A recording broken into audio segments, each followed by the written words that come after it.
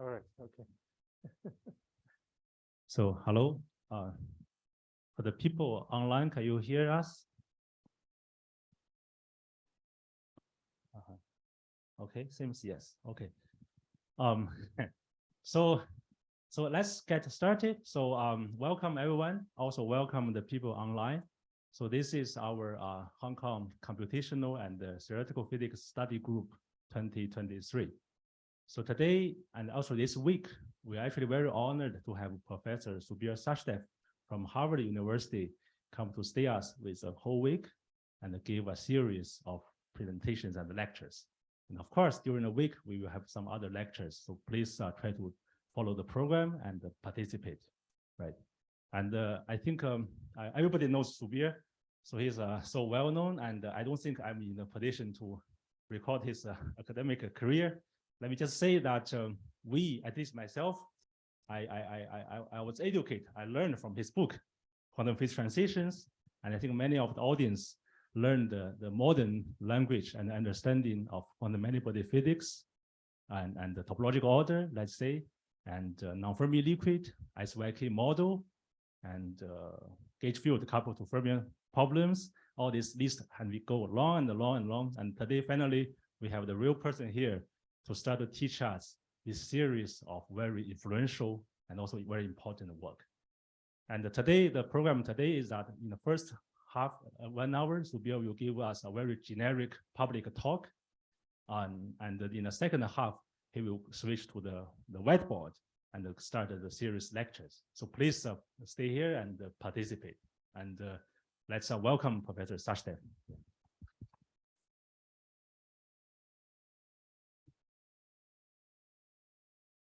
Okay, well, thank you very much, Professor Ziyang Meng. It's a pleasure to be here. Really enjoyed meeting your group, and I hope we'll continue to have good discussions rest of the week. So as Ziyang mentioned, this first lecture, I was told to make it a public lecture for high school students. I don't see any high school students here, so I don't know. Hopefully you won't be bored.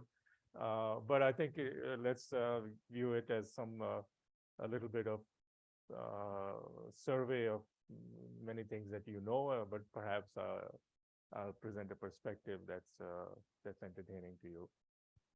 Okay. Oh, this is. Can we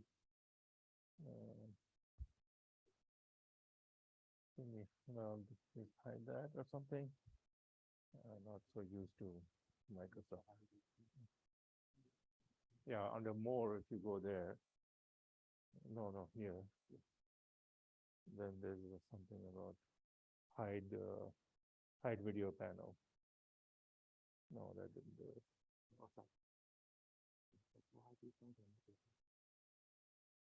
Hide floating meeting control. There you go. Yeah. Yeah, it will go. All right, perfect. Yes, that looks good. All right, great. All right, so let me begin. So the topic of interest here is quantum matter, but let me begin by introducing what we mean by quantum matter. And the most familiar piece of quantum matter is something you see every day, a piece of wire which is carrying current. This is what I'll call an ordinary metal, but our interest will be on strange metals where quantum mechanics has a much more profound influence.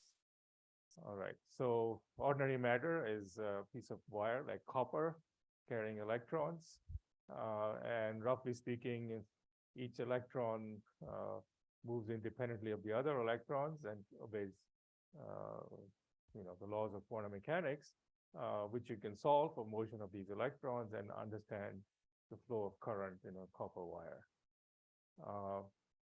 However, the electrons do feel each other. They interact with each other. But nevertheless, we can account for that quite simply.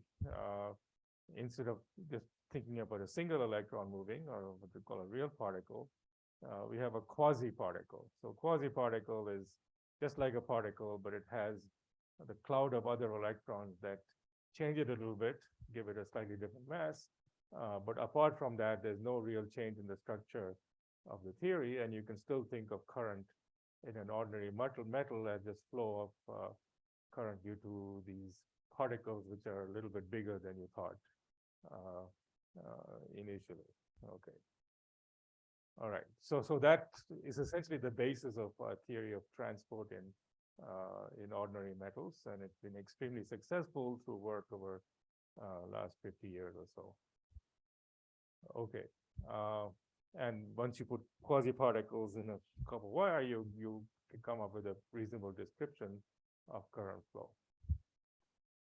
Okay, so now I want to turn to a modern quantum material where this well-developed picture of current flow doesn't work. And this is also involves copper, and the copper atoms are on these square lattices, and that's where most of the action will be. But there are a number of other elements in this crystal of YBCO, which changes the way current flows. And here's a little piece of YBCO. So this is a cuprate compound, and one of its remarkable properties is that it actually can become superconducting and cause current to flow without any resistance at all. So here's a little picture of it. There's a little pellet of YBCO above a bunch of magnets, and then whoops, what happened? Whoops, okay. Oh yeah, this is PDF. You can't see the video. Okay, if you saw the video, you would see this floating around, and as it heated up, it would fall down to the wire. Okay, that's the only thing that didn't transfer when I went from Keynote to PDF. Yes, yes. Okay. Yes, I can show you the video later. All right, so these are very exciting materials because at relatively high temperatures, they can conduct electricity without resistance. And this also enables them to make much better magnets. So in fact, there's a company in the Boston area called Commonwealth Fusion System that's trying to use these better magnets to make fusion energy. So as they say, a new high temperature superconductor recently reached industrial maturity, rare earth barium copper oxide, and they built the first of its kind high field large bore superconducting magnet, allow for smaller, faster, and less expensive tokamaks using older science developed in plasma fusion. So that's, if this is even halfway true, that will be worthwhile to study these materials better because they could be extremely important in fusion energy. Okay, so here's a more detailed picture of what goes on in these materials. So the horizontal axis here is the whole doping. By that, you mean you basically, you change the concentration of oxygen, and that changes the number of electrons that are flowing in a single plane made of the copper atoms. So as you change the whole doping, you get a variety of phases. Here's the superconductor where current flows without resistance below about 100 Kelvin.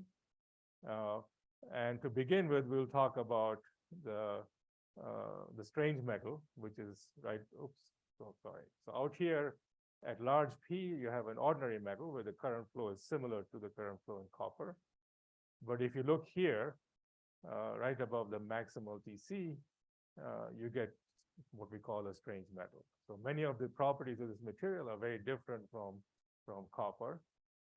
In particular, if you look at how the resistance changes as a function of temperature, so here's the resistance. As you lower the temperature, it goes to 0. So that's the superconductivity.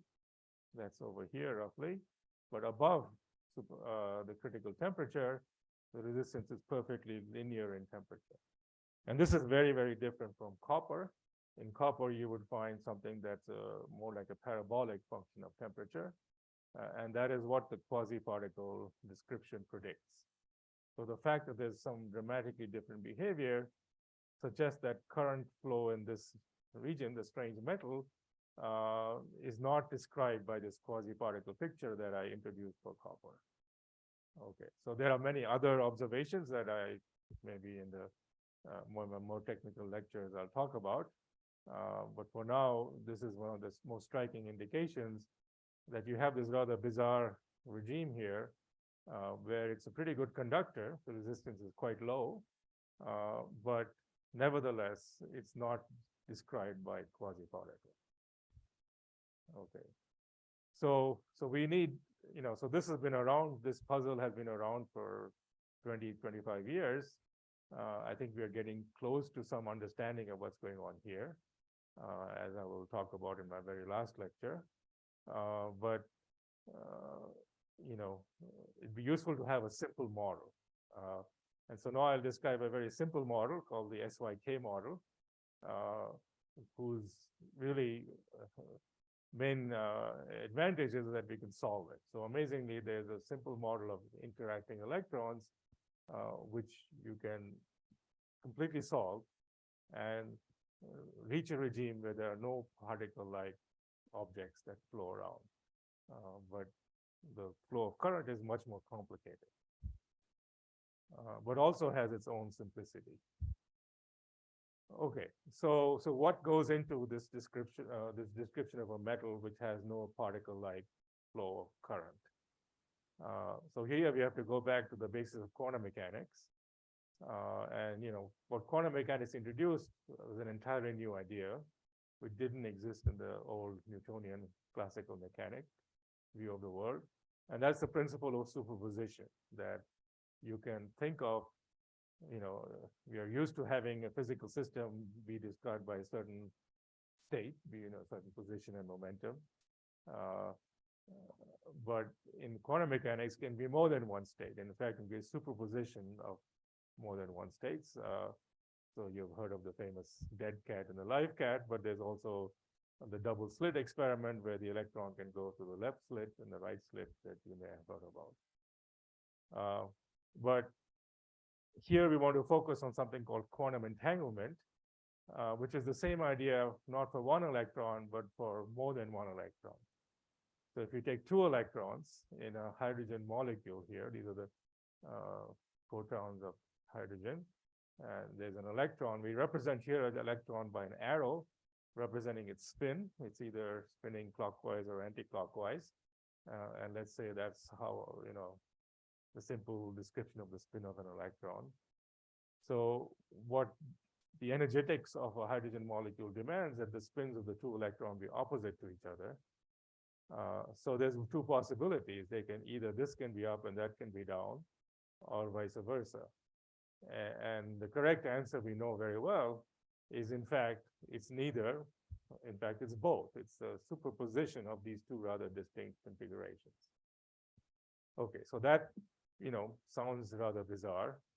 But EPR, Einstein, Podolsky, and Rosen in 1935 pointed out that it's much more bizarre than you thought in terms of a thought experiment, which has now been done, of course.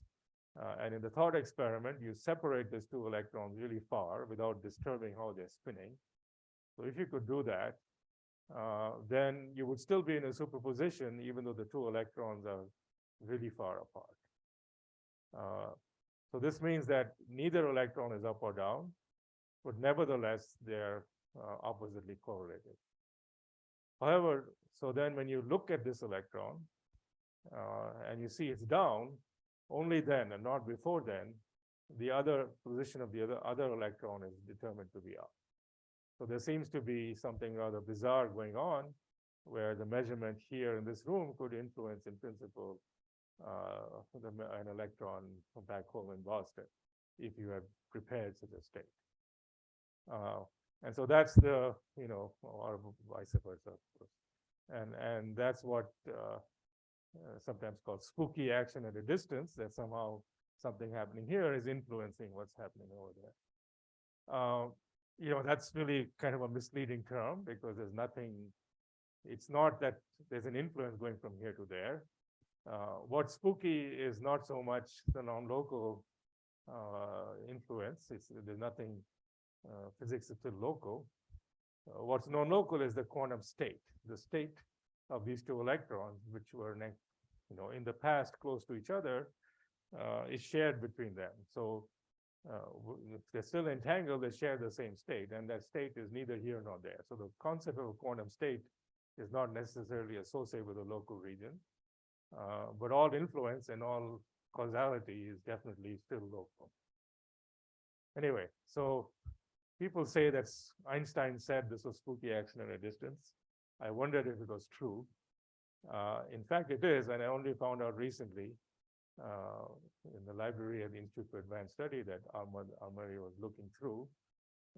He found this English translation of a letter from Einstein to Born. Okay, I won't try to pronounce that. So that's German for spooky action at a distance. And pretty much Einstein says that there is spooky action at a distance in quantum mechanics and something must be wrong with it. Well, this is the one instance where Einstein's guess was not correct, even though he very brilliantly put his finger on what is really novel about quantum mechanics. This is the way the world is, and these experiments have been done, and they do really things work that way. All right, so this EPR experiment, which is now no longer a thought experiment, has been done, and what we now say in the modern language, it describes entanglement of two particles. So how about entanglement of, 3, 4, 5, all the way to infinity particles? How do we describe that? And that's really what we are working on. That's one of the major open problems in physics, is to really have some understanding and classification of the different possibilities of quantum entanglement. And we are very far from any kind of complete understanding. I'll just give you some few, things that we've made progress on based upon what we've learned from nature. So, but in fact, the idea of entangling more than two particles is very old. It goes back even before the discovery of quantum mechanics to a chemist, Auguste Kekulé, in 1865. This is actually a picture of, this is a statue of Kekulé in Bonn on a snowy night. I took it myself. And what Kekulé proposed was a theory of the benzene molecule. So chemists knew that benzene was C6H6.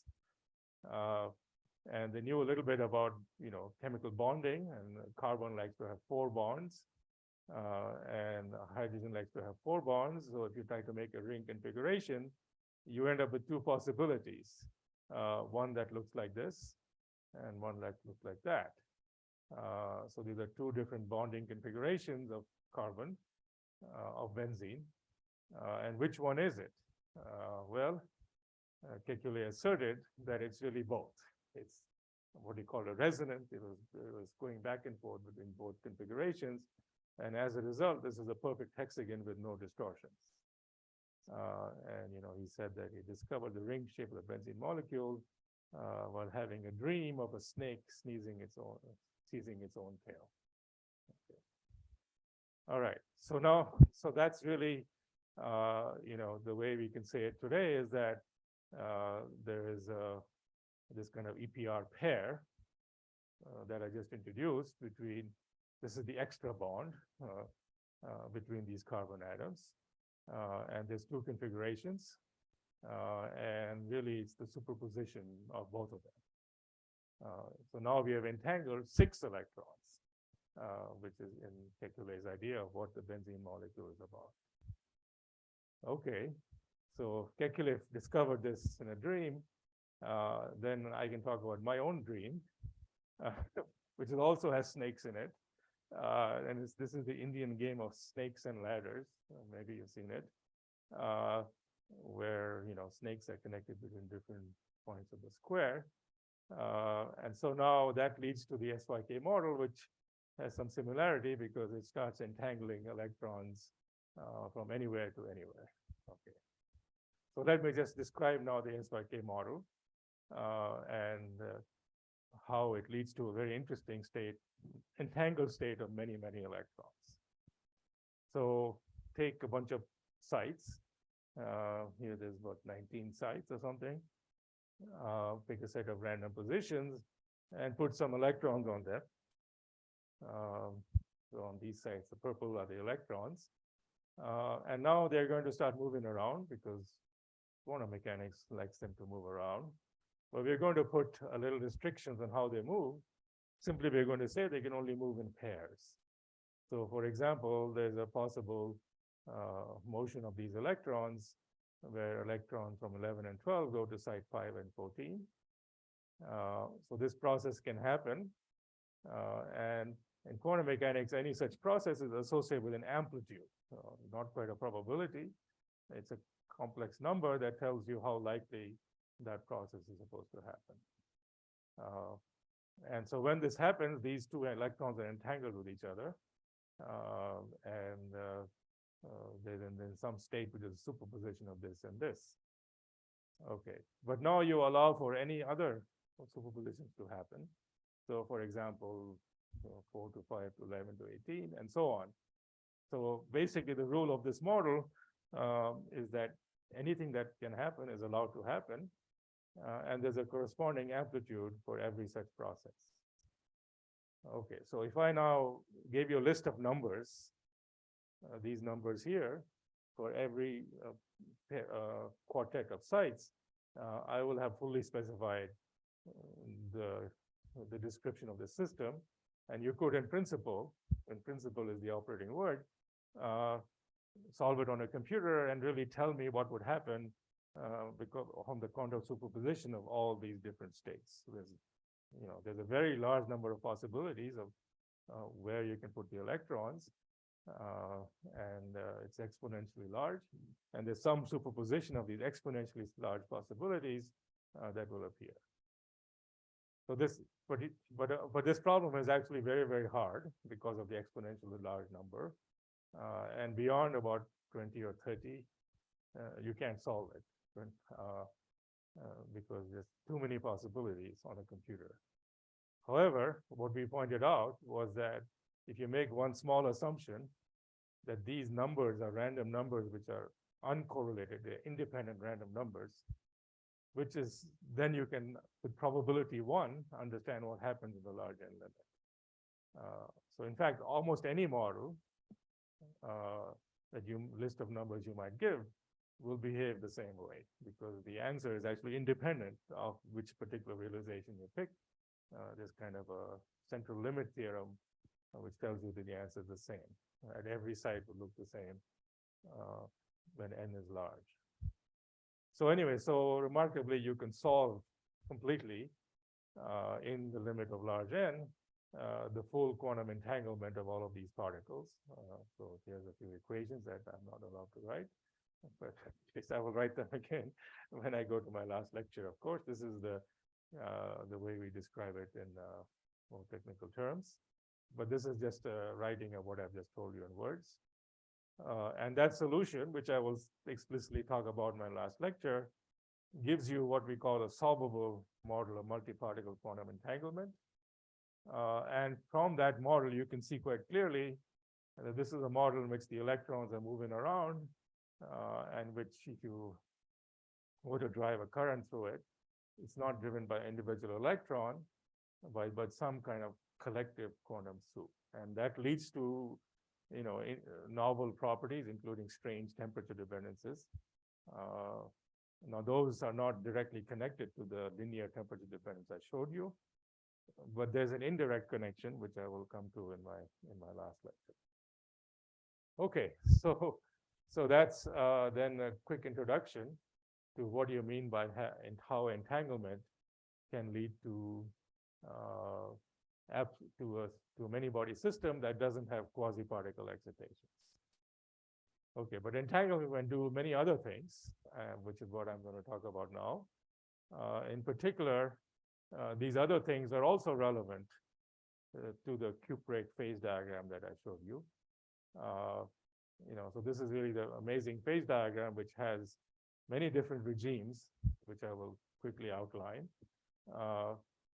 And each of those regimes is showing a different facet of the amazing physics that can come out of many particle entanglement. So I've already talked about the strange metal. Now let me go to P equals 0, where we have what's called an antiferromagnetic insulator. So what's going on there? So there, if you focus just on these copper atoms, which form a square lattice, this is what the electrons are doing. Roughly speaking, there's one, not roughly speaking, quite accurately speaking, you can describe the system as one electron on each copper side. So the blue represents a copper atom, and we're just focusing on one electron on a given orbital and writing down the spin. Now, in a hydrogen molecule, I told you the spin could be up or down, and in fact, it was both. There were two possibilities. But in this copper lattice, actually, life is even simpler. There's only one possibility in any given state. So in fact, here, you get a very classical state where the spins make a choice. The spins make a choice to be anti-parallel to each other. Any nearest neighbor pair must be anti-parallel. But they just fix it. So once you fix this one to be down, the configuration of every other spin is fully determined. And some random initial condition fixes that. And so you have what we call a broken symmetry.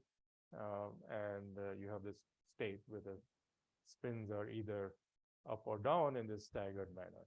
So this is what's called antiferromagnetism. Ferromagnetism being the state where the spins are all parallel to each other.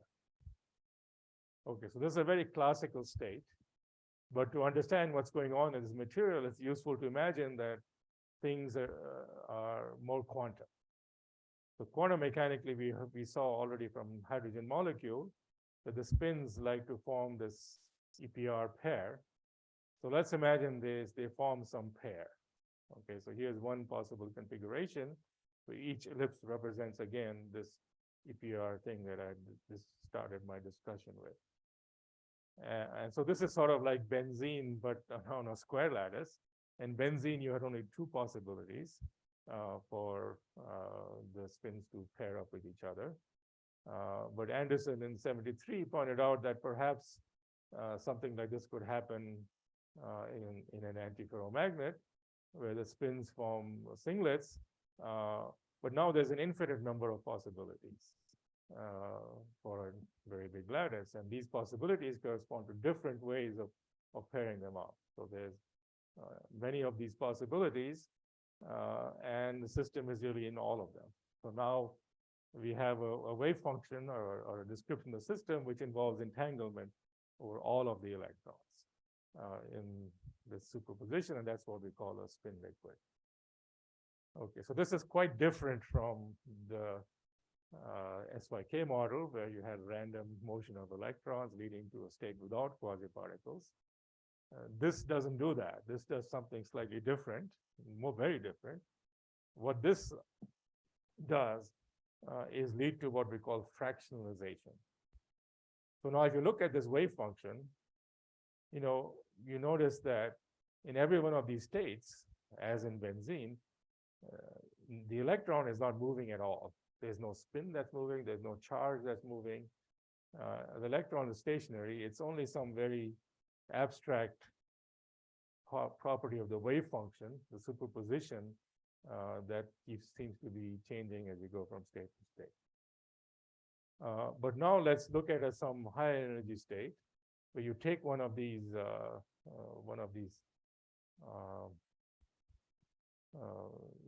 EPR pairs and split them up, and suppose this decides to be spin up and that decides to be spin down.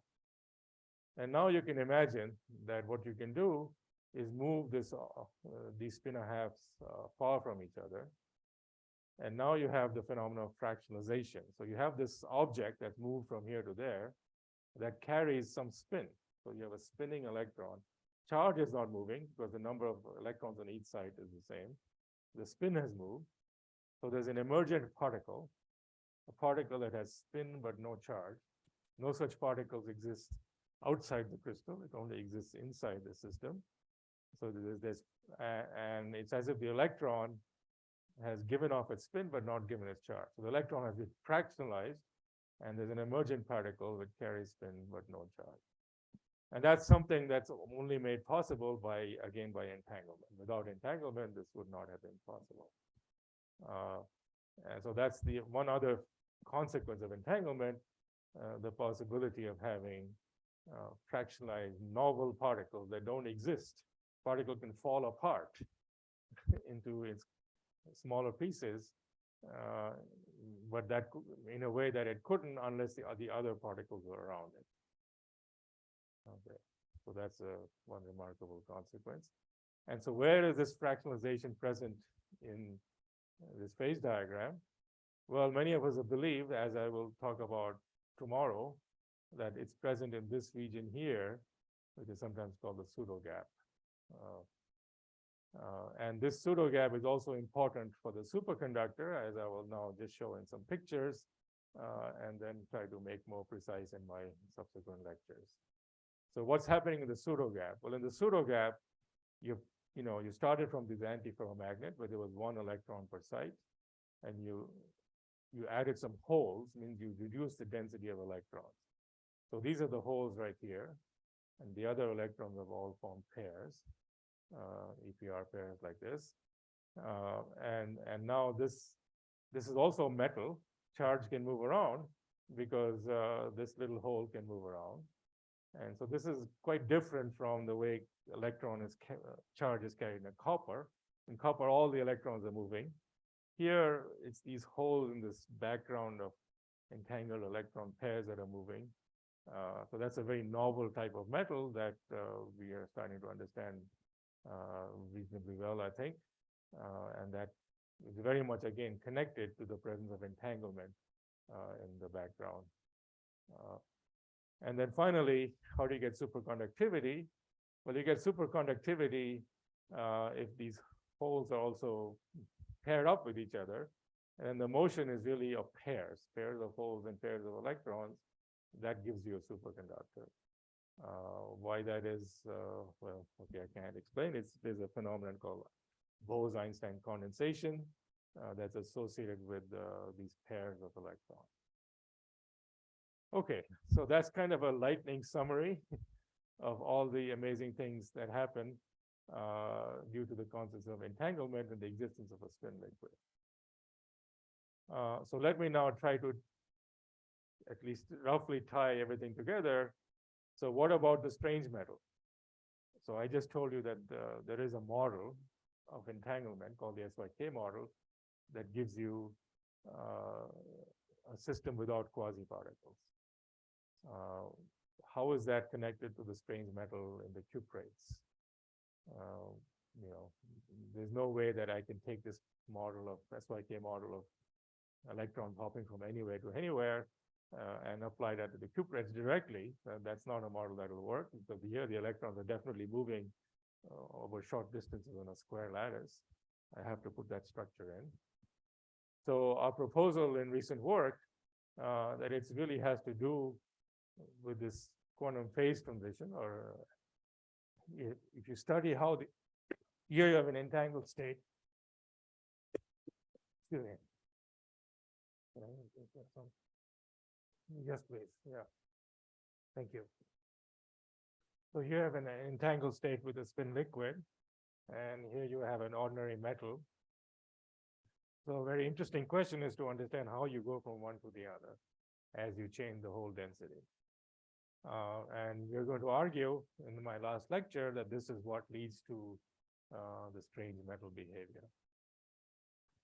So roughly speaking, here's the basic idea in this paper that's about to appear. You have an electron moving around. Now the electron can scatter off impurities. There's some impurity potential, random impurity potential. And it also can scatter off an emergent boson, a particle that mediates electron fractalization. And so this is the emergent particle that can describe this evolution from the pseudogap to the ordinary metal. So when you look at the scattering of the electron of this other emergent particle, there's some coupling G. And what we argue is that this coupling G can vary because of disorder in the crystal from point to point. And so the important things are the variation in V from point to point, and the variation in G from point to point. And this variation in G is kind of similar to what happens in the SYK model, where all the coupling constants were random. Here also you have some spatial randomness in this particular coupling interaction between the electrons. So once you put in the random interactions, then you find you get exactly what's observed, a constant plus a term linear in temperature. Okay, so that's just a preview of something a little more technical that I'm going to talk about in my very last lecture.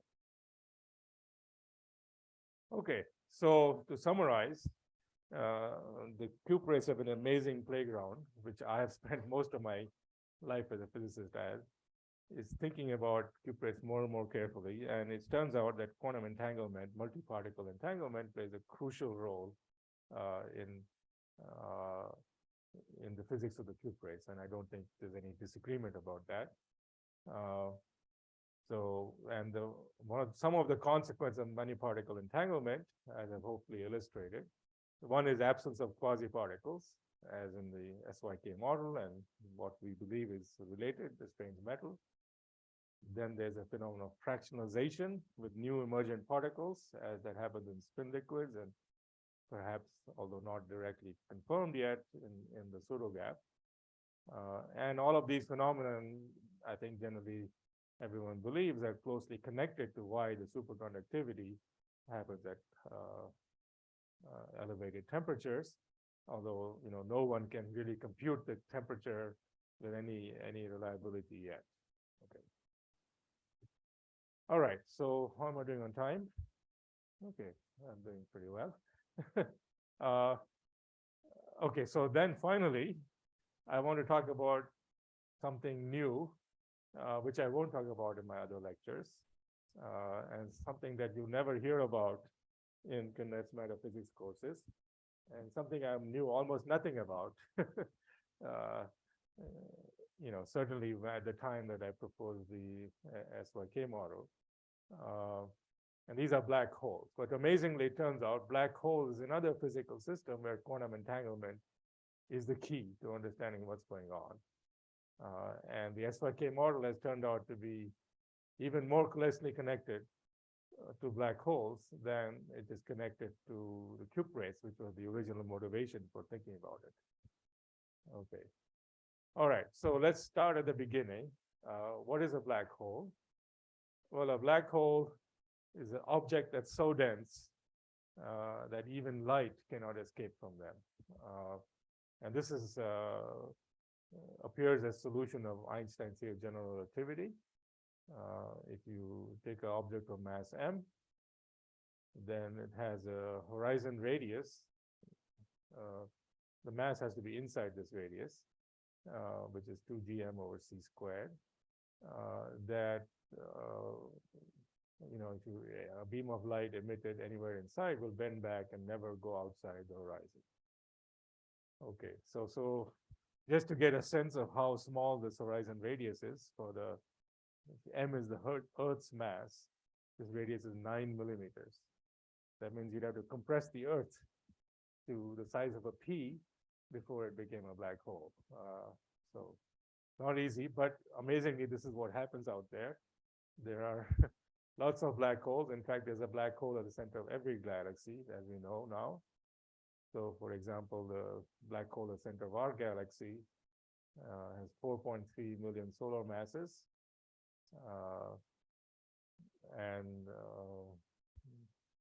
Maybe all of the mass at the very center of the galaxy. Okay, so the radius of this huge black hole is about the radius of the Earth's orbit.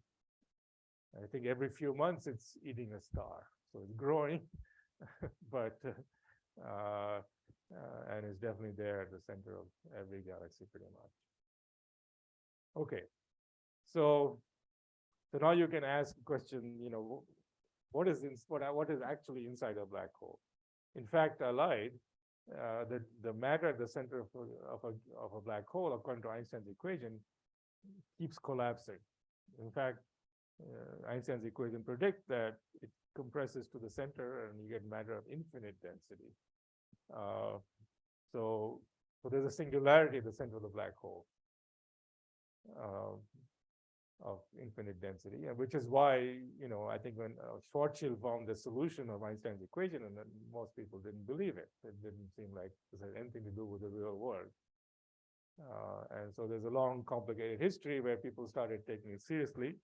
I think Oppenheimer was one of the first to show that, in fact, a black hole was a natural outcome of the collapse of a star. after Chandrasekhar had shown the Chandrasekhar limit on the mass of white dwarfs. Anyway, so it seemed like they could be there, and it's not until relatively recently, last 20, 30 years, that black holes have now been observed to be pretty much everywhere. Okay, so what's going on with this matter of infinite density? So, okay, now that they're there, and so we have to deal with the singularity. Now, when matter gets so dense, clearly we can't use Einstein's equations. We have to apply quantum theory, but really no one knew how to do that. We have to combine gravity with quantum mechanics to understand what's really going on at the center of a black hole. Okay, so that's one of the major still, open questions today. What is really inside a black hole? They're everywhere, but we don't have a clear understanding. I think there's been some remarkable progress for certain types of black holes, of what's inside a black hole, and I'll tell you a little bit about that now. Okay, so the key is to again go back to a favorite experiment, which is quantum entanglement of the EPR pair, but now do the same experiment across a black hole horizon. So imagine you could take this EPR pair and put one electron inside and the other electron outside. Now the horizon is purely a figment of our imagination. There's nothing there really. It's just the point of no return for once you know the global space-time. But if you're near the horizon of black hole, you won't feel any different. There's no singularity in the metric or anything in Einstein's equation.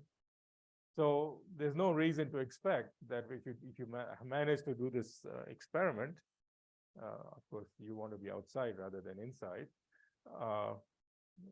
that the entanglement would get anyway disturbed. So we fully expect, any reasonable person expects, that there can be quantum entanglement, not just between here and Boston, but also from the outside and the inside of a black hole. Okay.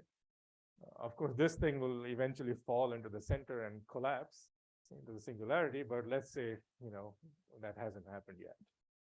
And then we have a perfect EPR pair across the black hole horizon.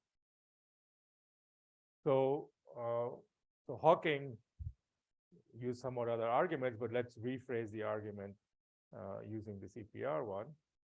Propose that black holes have a temperature and an entropy. And this is intimately connected to entanglement, because suppose you have this particular electron in your hand, and you're sitting way outside the black hole, and this one's falling through. Now, this electron to you, now the fact that it's entangled to this one is not relevant, because that, even if somebody, if Bob was inside the black hole and measured this, Bob couldn't send you a signal and tell you what Bob measured. So even in principle, you don't know what this partner electron is doing. So as far as you're concerned, this qubit here, this spin, is completely random. So and randomness we know is what temperature and entropy. Entropy is a measure of randomness, and how entropy changes the energy tells you how you get temperature. So effectively, this means that because they are quantum processes, virtual processes which are creating these EPR pairs and splitting these things apart, there will be a temperature on the outside of the horizon of a black hole. So if you were an observer looking at the black hole, you would see some black body radiation coming out at some temperature. Okay, so now there's an amazing computation that Hawking did, which was just essentially doing the Feynman path integral of Einstein gravity. And that's done completely outside the black hole. You never go inside. You don't even ask what's inside. You just look at the equations of quantum mechanics outside a black hole, whether you don't have to worry about the singularity. You can avoid all contradictions here. You just be outside. And from the outside, Hawking gave expressions for the entropy and the temperature of the black hole. Okay, so that's great. I mean, but this is a calculation done using some very semi-classical arguments. But it's in many ways was very unsatisfactory, although everyone believes it is correct. And there's a lot of evidence correct today. Because what Hawking didn't provide was a quantum theory for the collapsed matter of the center of a black hole. And so there has to be some quantum degrees of freedom that are associated with this entropy. And there's some density of quantum states. Can we find, is there such a quantum theory whose density of quantum states matches the Hawking entropy in accordance with Boltzmann principle of physical mechanics? So I guess that's a little bit out of order. Yeah, all right. So Boltzmann told us that entropy is a measure of randomness, and you can relate entropy to the density of quantum states. I thought I had a slide on that here, but sorry, I don't. So what is the quantum system, and what are these quantum states that Hawking is measuring by his computation? So this is an answer at the center of many things people have been doing, including, especially in string theory. And so now there are string theory realizations of black holes, which do give some understanding of this. But it turns out that all of those answers have some artifacts due to the high degree of symmetry, what they call supersymmetry, that's in the structure of the calculation. If you want a generic answer, in fact, you get that by using the SYK model. So let me try to explain that. So now it turns out, oh, thank you, that the SYK model provides a quantum theory of a certain type of black hole. And those black holes are black holes with a net charge. All right. So I thought I had a picture of Boltzmann somewhere, but no. Okay. Yeah, that was a different talk. I have to fix this. Sorry about that. All right. So what's special about black holes with a net charge? So what you do is you take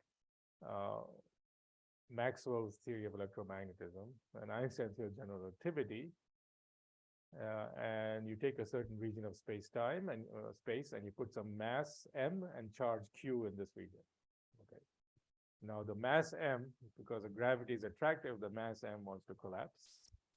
The charge is repulsive, that wants to blow up. So if you put a lot of charge, you won't form a black hole, or just blow up. But if the charge is non-zero and small enough, you will still form a black hole. Okay. And that's all you need. So you want to form a black hole, but there's a net charge. It can't be too large, but there. All right. Now, unfortunately, it's probably true that every black hole in the universe is neutral. I mean, everything out there is neutral because, they're positive and negative charges, and they just neutralize each other. But neutral black holes turn out to be more complicated. But the equations certainly allow, in principle, for a black hole with net charge. Okay. So you're going to zoom in around this coordinate zeta to the horizon of a black hole with a net charge. And what turns out that the Einstein's metric has certain features as you zoom in to the horizon of a black hole with net charge. You find that you can just reduce everything to physics in one space dimensions, and that's the radial direction.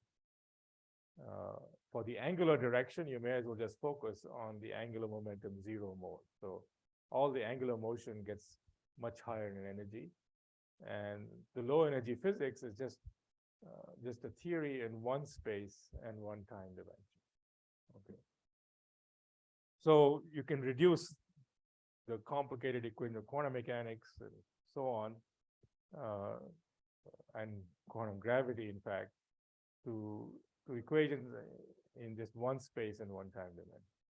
Okay. So when you do that reduction, you get a set of equations in this two-dimensional space-time. And amazingly, those are exactly the equations that you can derive from the SYK model. So this is presenting this as magic, but there is a lot of interesting mathematics behind it. I don't know if I have time to talk about it in my last lecture, but there's an article in Reviews of Modern Physics that I've written recently with Antoine George and Debarden Chaudhry and Olivier Parcolet that has a whole section at the end where everything is derived for condensed matter physicists. So there's a remarkable equality between the low energy equations of a charged black hole, the path integral for a charged black hole at low energy in one space, which reduced to one space in one time generically, and the equations that describe the entanglement of electrons in the SYK model.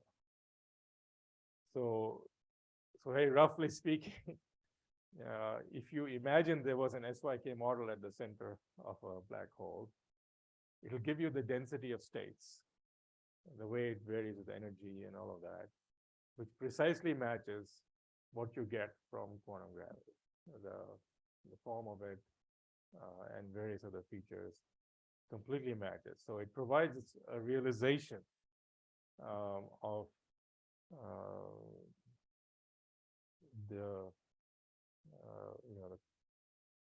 of a quantum theory, which then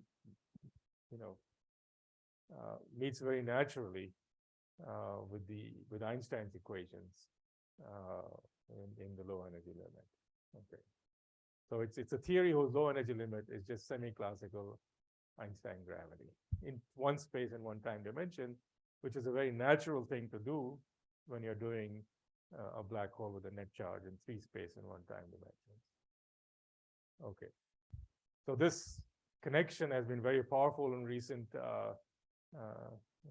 years, and a lot of work on evaporating black holes and how the entropy of an evaporating black hole changes, and much of that work is building upon this understanding that's emerged from this connection between the SYK model and charged black holes. Okay, so to recap this rather amazing connection, so the SYK model describes multiparticle entanglement resulting in the loss of identity of particles, no quasi-particles here, in one set of variables, which are just the electrons mostly. You can describe in related models what happens in the strange metal region of YGCO. And in a dual set of variables having to do with some collective modes of energy fluctuations that in fact correspond precisely to the equations of quantum gravity, it describes charged black holes. So this is an example of what's called a holographic duality, which was discovered earlier in string theory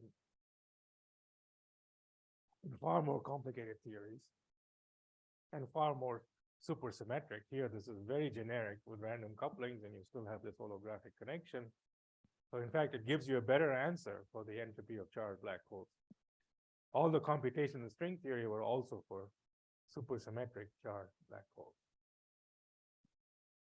Okay, so to conclude then, we can add one more phase to the consequences of multiparticle entanglement.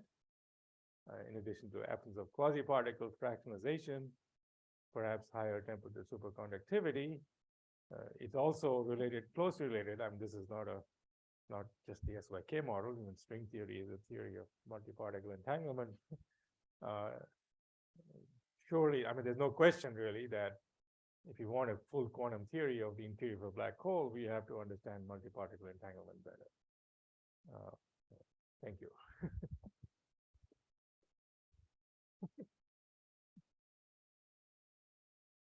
So thanks, Professor Sachdev, for this wonderful talk. I have to say this is certainly beyond the local high school standard. Well, there were no equations. Yeah. But this is very informative, and I guess we should have some questions from the audience. Also, Xiaoxue, please look at the online audience whether they have questions. Yeah, we can take some questions.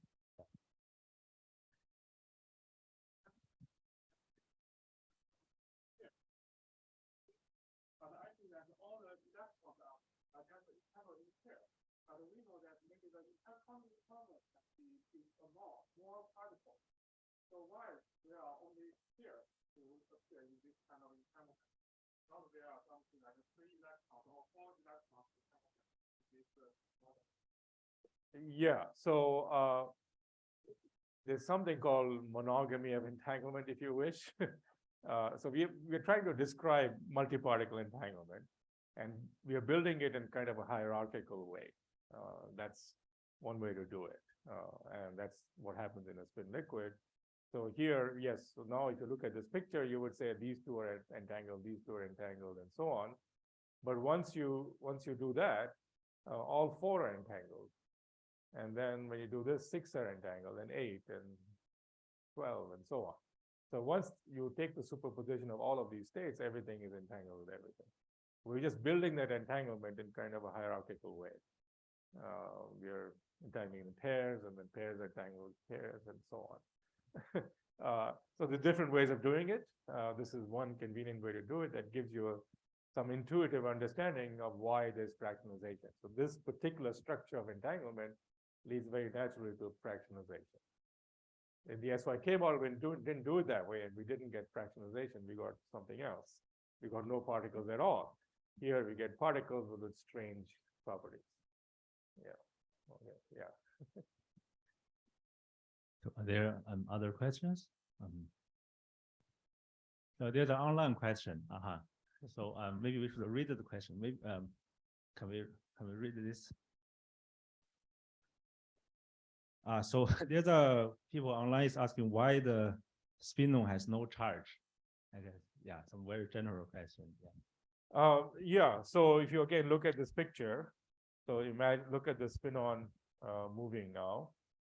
So the orange line is moving, but in all of these pictures, in every such picture, you will see that every site has exactly 1 electron.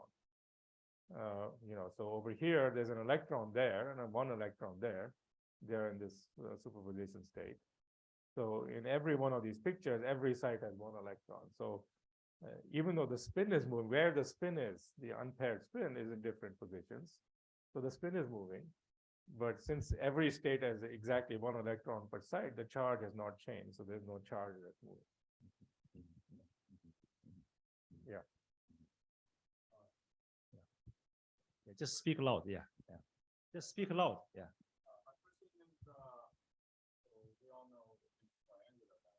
Yeah. Yes.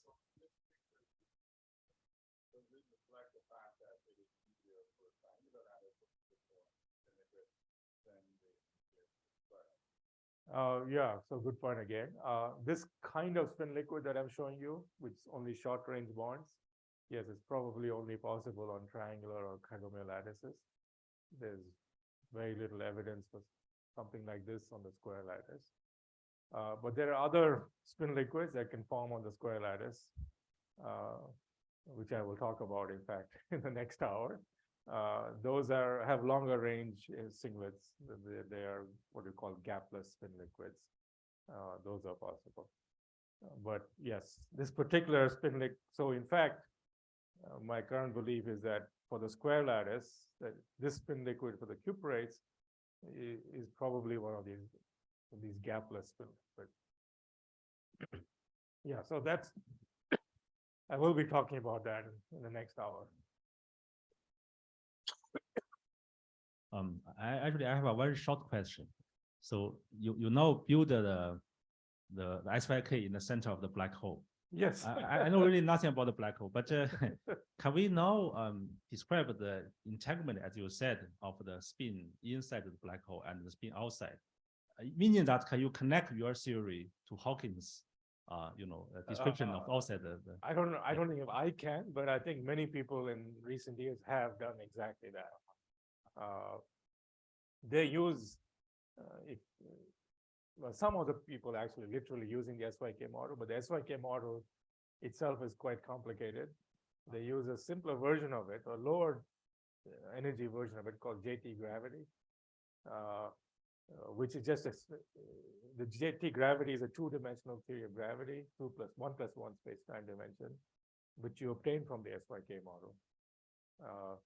It's the low energy limit of the SYK model. And in terms of JT gravity, people have been computing exactly what you just said. There's something called the page curve. So the page curve is how the entropy of entanglement entropy between the inside and outside of a black hole evolves as a function of time as the black hole evaporates. And that can be computed using the JT gravity and including what are called wormhole solutions of JT gravity.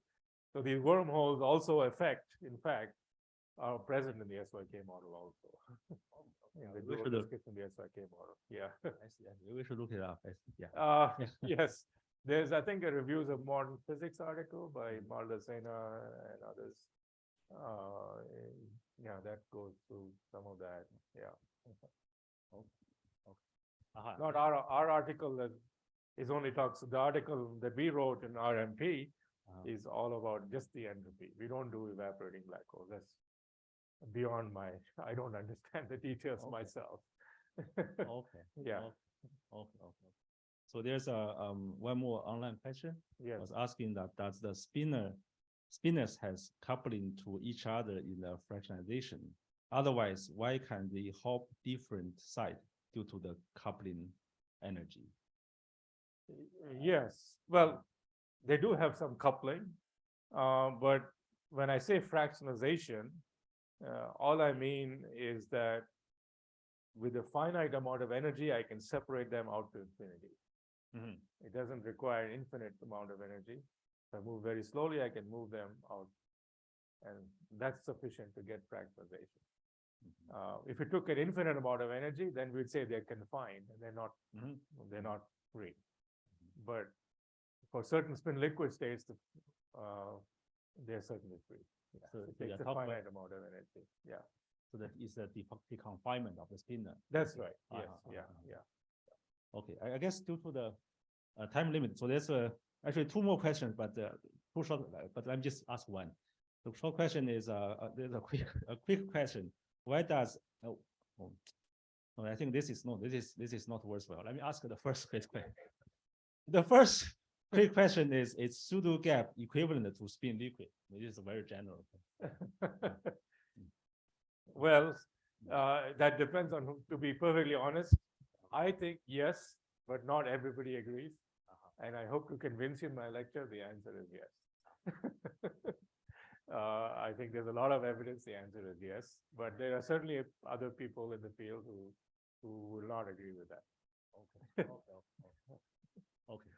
So I think due to the time limit, let's close this session. Let's thanks Professor Sachdev for this wonderful talk. And while we are setting up, I think we take a little break. I mean, maybe 5 minutes or so, we will set up his second lecture on the whiteboard. Yeah. So just come back and take a little break. Yeah. Okay. Oh, this is really beyond best, right? I have to say. But this is nice. Very nice. Well, in principle, I explained everything, right? Yeah, it's a very